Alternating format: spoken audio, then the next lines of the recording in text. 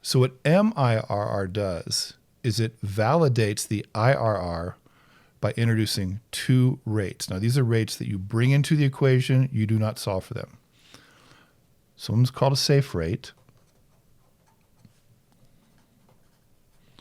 and one is called a reinvestment rate.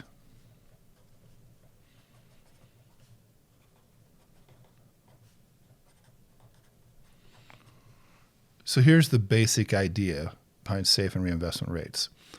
A safe rate is the rate that you know you can earn.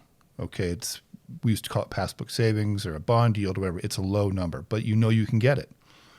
The reinvestment rate is a higher number because you can take those cash flows and get them to earn more for you. So what you do with these two rates is this.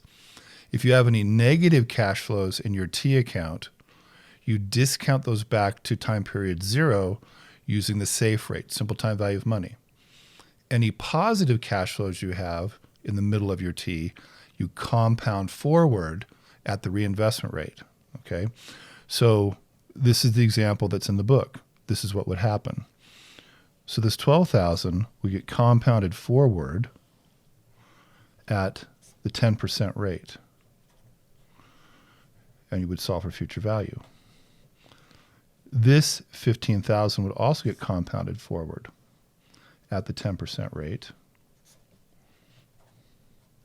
and solve for future value. This negative 8,500 would get discounted back to time 0 at the safe rate, and you would solve for present value. So this would be 2% of the book, the problem in the book, and solve for PV. Okay. So if you were to do those things by hand, this is what you would end up with. A T account that would look like this. At time 0, you would have 108,009 negative. Time period 1, you'd have 0 because you compounded it forward. Time period 2, you would have 0 because you compounded it forward.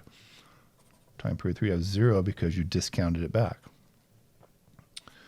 And we'd be left with in time period 4, when you add these three together, is you'd have 209,122. So what happens when you do MIRR by hand, obviously it's faster on the spreadsheet, is that you're scrubbing the middle of the T. You're zeroing the middle of the T out, so you just have one negative at time 0 and one positive at the end, okay? So let's go ahead and use the 10B2 and solve for that on cash flows. As always, one gold key payment, gold clear. So go to the cash flow menu. So I'm going to type in 108,009 negative. Now I have three sequential cash flow entries of 0. 0, number of times 3. Make another row, tap in 209,122. Number of times is 1. I'm going to back out, and now I'm just going to solve for the internal rate of return. Gold key, IRR per year. So the MIRR is actually 17.96%. Now I'm going to show you something else here. Clear the calculator. Because you've zeroed out everything in the middle with MIRR, if you don't want to use the cash flow menu, you don't have to. You can use regular time value of money. And so it would work like this. One gold key payment, gold clear. You would put in 108,009 negative PV. 209,122 positive FV. 4 gold key N, and you would solve your IYR. So Marty, on one payment per year, clear it.